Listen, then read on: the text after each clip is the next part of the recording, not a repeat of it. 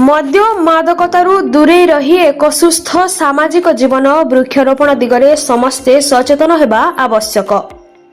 मद्य मादकतारू दूरे रही एक सुस्थ सामाजिक जीवन एवं एक सुस्थ परिवेश सृष्टि करिबा और वृक्षरोपण दिगरे समस्ते सचेतन हेबा आवश्यक बोली पूज्य पूजक पद्मश्री बाबा बलिया प्रकाश करिसंती। भवानीपाटना सरस्वती शिशु विद्या मंदिर रे चलिथिबा गुरुकृपा महोत्सव रे जोगदेवा अवसर रे पूज्य पूजक पद्मश्री बाबा बलिया अनुष्ठित एक सांबादिक सम्मेलन रे एहा प्रकाश करिसंती। विवाह पूर्वरु रक्त मिलक और स्वास्थ्य परीक्षा नितांत जरूरी। अंधविश्वास और कुसंस्कारु दूरे रही एक आदर्श परिवार गठन पूर्वक गुरु गुरुजन माननकु सम्मान देई सुस्थ गृहस्थ जीवन जापन को बाबा बलिया गुरुत्व देबा पई आह्वान देथिले। रास्ता घाट तैयारी करिबा पई सरकार वृक्ष सबु काटी देउछंती। गोटिए वृक्ष काटिबा बदल रे 100टी गछ लगांतु। ए दिगरे समस्ते सचेतन सरकार ध्यान आकर्षण कले परिवेश सुरक्षा होई परिबो बोली बाबा बलिया सांबादिक माननकु संबोधित कर।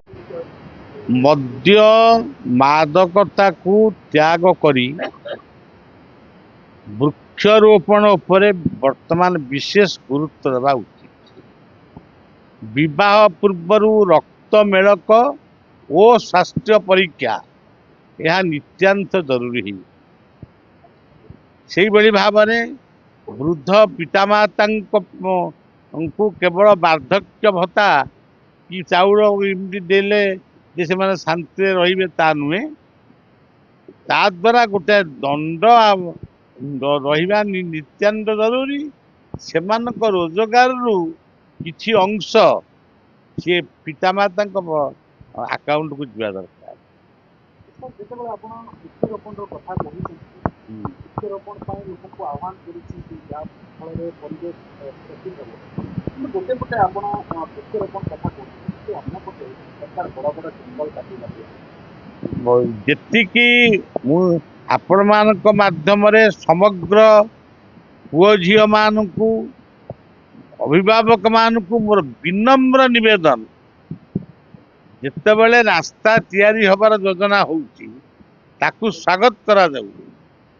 किंतु प्रथमे सेमाने विप्लव करी शिखंतु जो गोटे गछ तुम काटब ता परिवर्ते 20टी गछ अंतत लगेगा दरकार।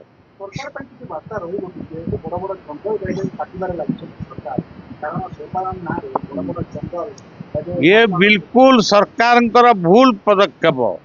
रास्ता तैयारी हवा भल किंतु वृक्ष कटा हब निश्चित किंतु वृक्ष लागिबाटा मध्य सरकार गुरु दायित्व हवा।